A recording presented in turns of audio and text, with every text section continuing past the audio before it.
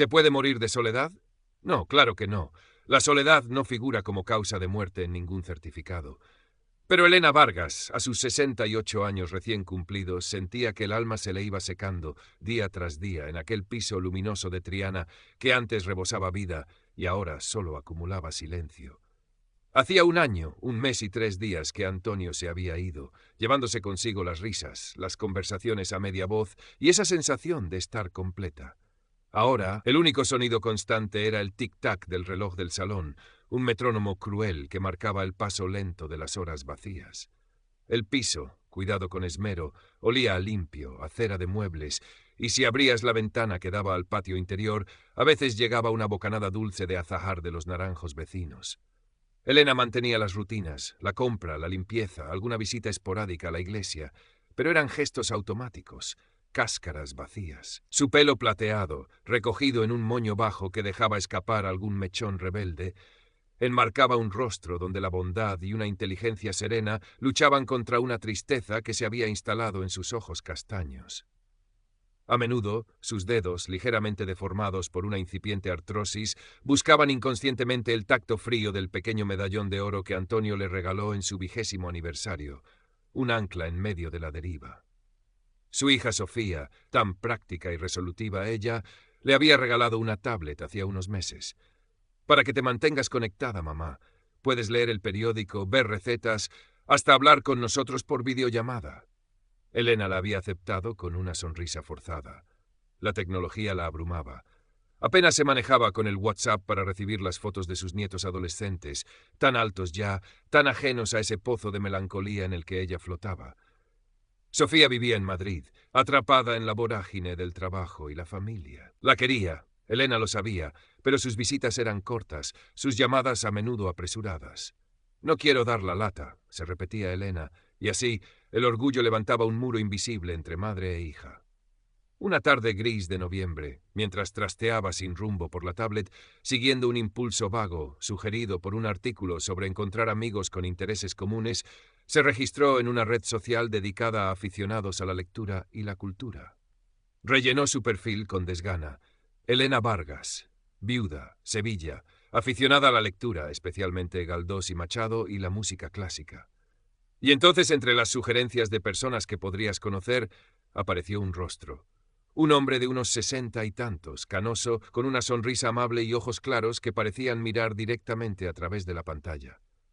Javier Torres, ingeniero, español actualmente residiendo en el extranjero por trabajo, próximo a regresar. Viuda, amante de la buena conversación, la literatura y los viajes. Junto al nombre, una solicitud de amistad pendiente.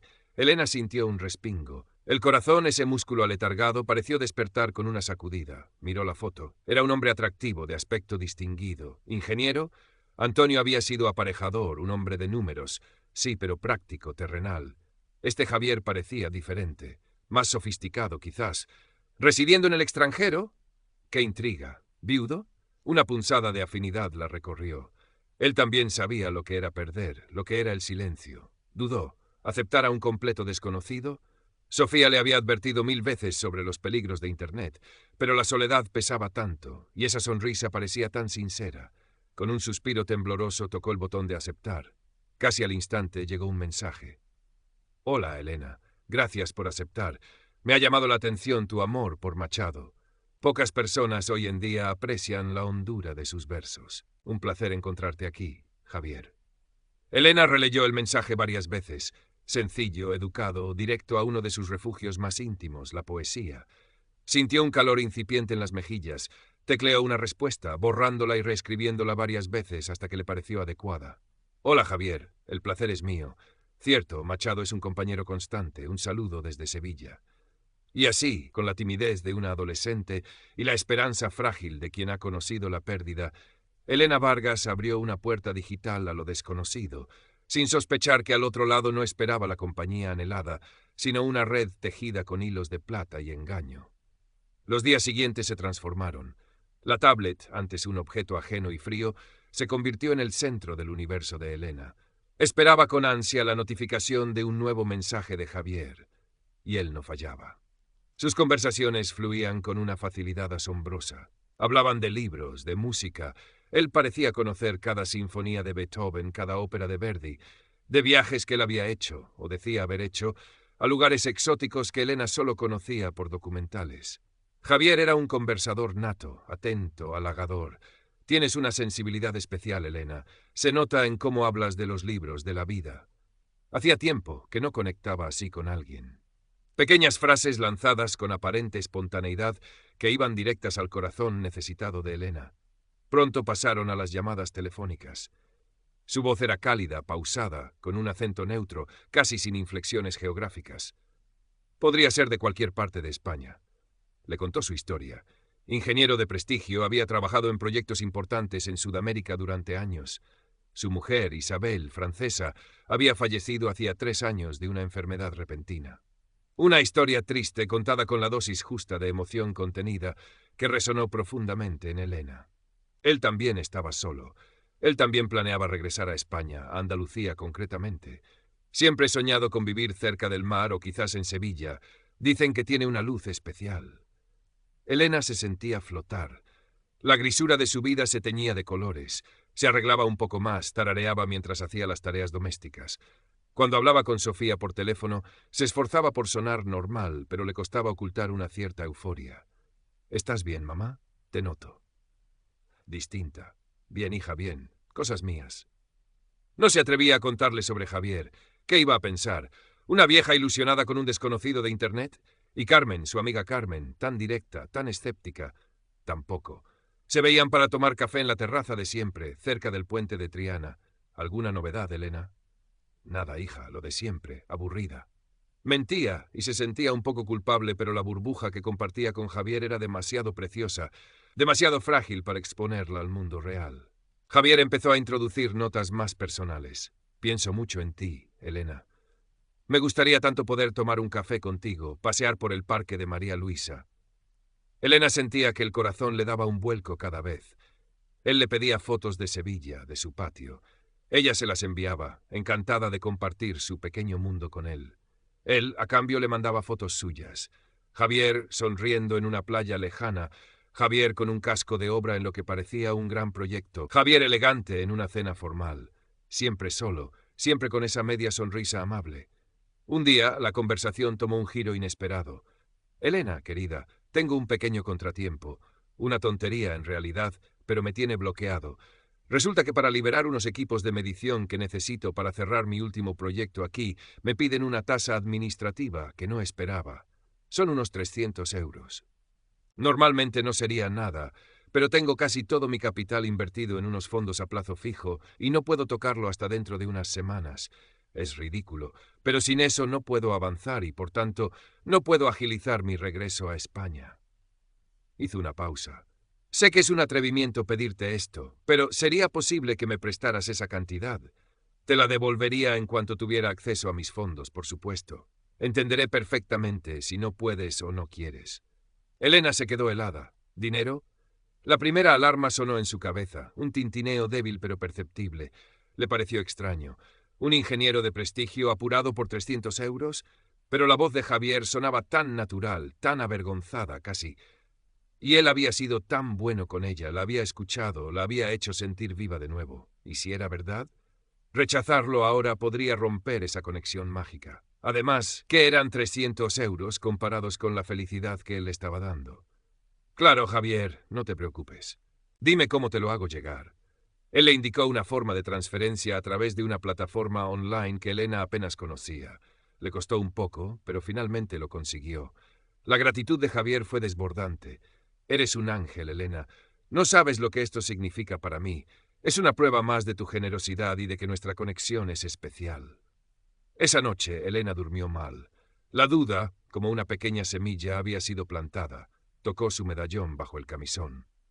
¿Había hecho bien? Antonio nunca le habría pedido dinero a una desconocida, pero Javier no era un desconocido, sí. Se sentía confusa, dividida entre la lógica y esa emoción nueva y embriagadora que él despertaba en ella. Decidió no pensar más. Había sido solo una pequeña ayuda. Seguramente no volvería a pasar. Pero volvió a pasar.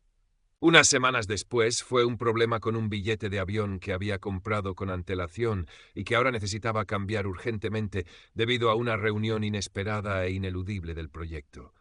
Otros 500 euros. Luego un supuesto problema de salud repentino, una infección que requería un tratamiento costoso no cubierto totalmente por su seguro internacional. 1.200 euros. Cada petición venía envuelta en una historia detallada, llena de angustia contenida y promesas de un futuro juntos en Sevilla que estaba ya al alcance de la mano. Elena empezó a usar los ahorros que guardaba con celo, los que Antonio y ella habían acumulado durante años para imprevistos, para ese viaje a Italia que nunca hicieron. Su angustia crecía. Las llamadas de Sofía se volvieron un suplicio. ¿Seguro que estás bien, mamá? El otro día vi tu cuenta y has sacado bastante dinero. ¿Ha pasado algo? Nothing, hija. Unas reparaciones en casa, ya sabes. Mentiras torpes que Sofía, aunque ocupada, no terminaba de creerse. ¿Reparaciones? ¿Qué reparaciones? Elena balbuceaba excusas. La relación con su hija se tensaba. Con Carmen, la cosa no iba mejor. ¿Sigues hablando con ese ingeniero?, preguntó un día mientras removía su café con leche. Sí, Carmen, hablamos.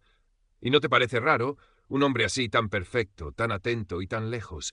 Elena, ten cuidado, que en Internet hay mucho lobo con piel de cordero. Elena se encogió de hombros, mirando hacia otro lado. Tú siempre tan desconfiada, Carmen. Pero las palabras de su amiga resonaron. Intentó buscar más información sobre Javier Torres, ingeniero. Los resultados eran vagos.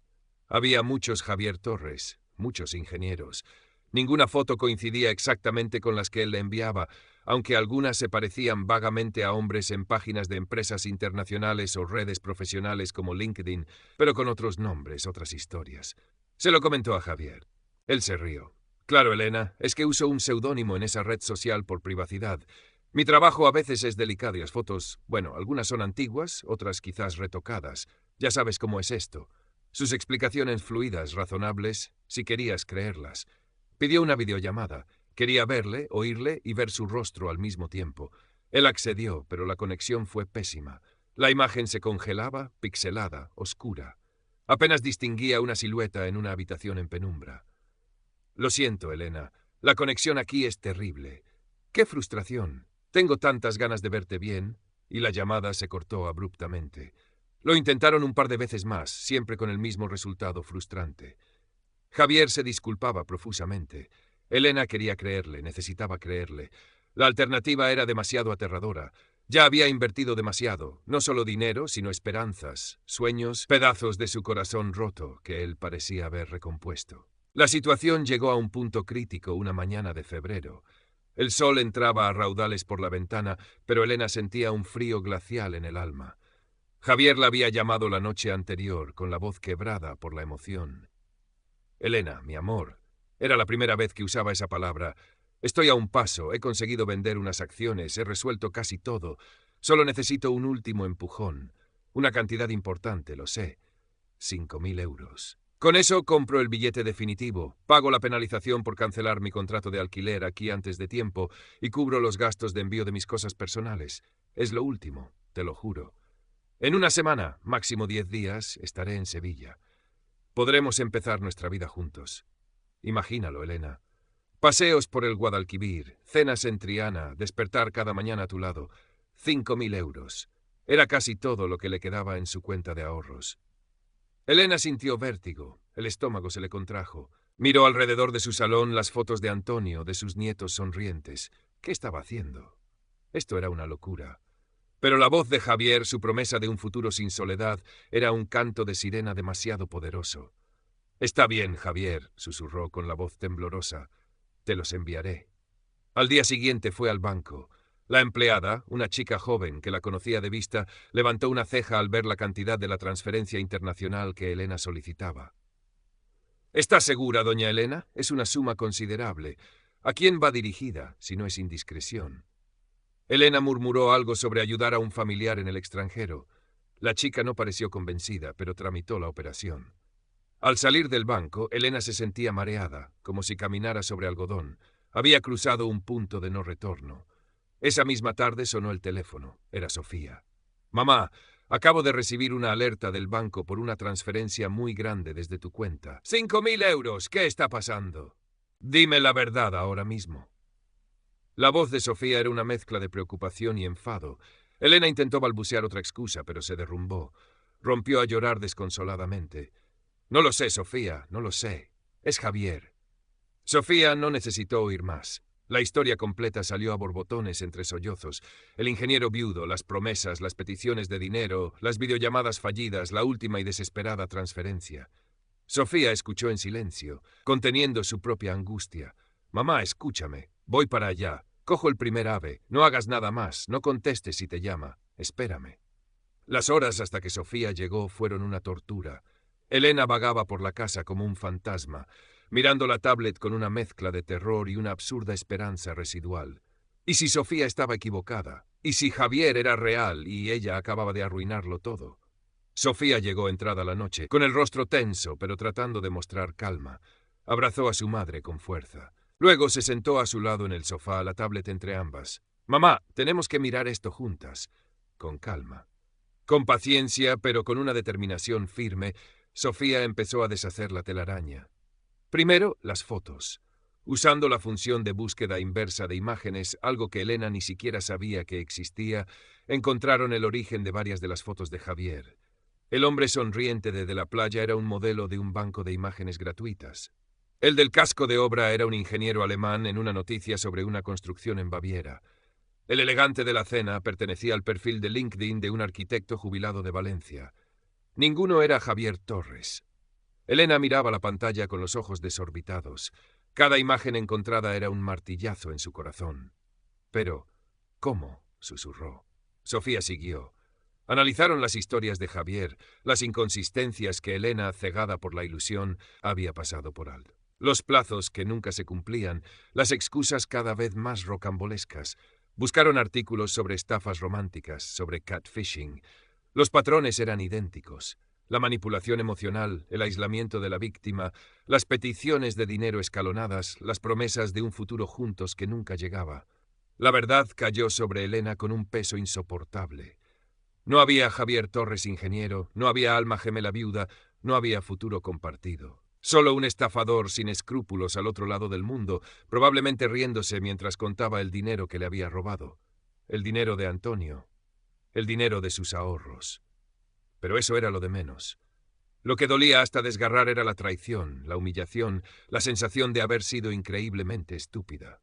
Se cubrió la cara con las manos y un sollozo profundo, amargo, brotó desde lo más hondo de su ser.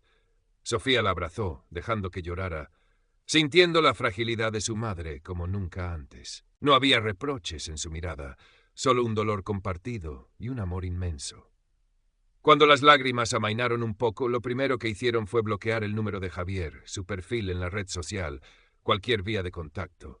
El silencio digital que siguió fue casi tan doloroso como sus palabras habían sido embriagadoras. Al día siguiente, acompañadas por Sofía, fueron a la comisaría de la Policía Nacional más cercana, a la unidad de delitos telemáticos. El agente que las atendió fue amable, profesional, pero no les dio muchas esperanzas. Estos casos son muy difíciles, señora. Suelen operar desde el extranjero, con identidades falsas. El dinero se mueve rápido por canales difíciles de rastrear. Haremos todo lo posible, pero recuperar el dinero es muy improbable. Presentaron la denuncia formal, un trámite necesario pero que se sentía vacío, inútil.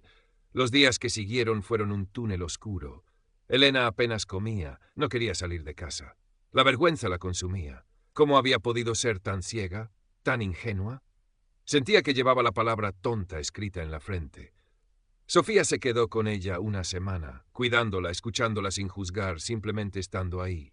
Llamó a Carmen. «Carmen, tienes que venir, mamá te necesita». La vieja amiga acudió al instante. Al ver a Elena tan abatida, no hizo preguntas. Simplemente la abrazó y le dijo: «Estoy aquí, Elena, para lo que necesites».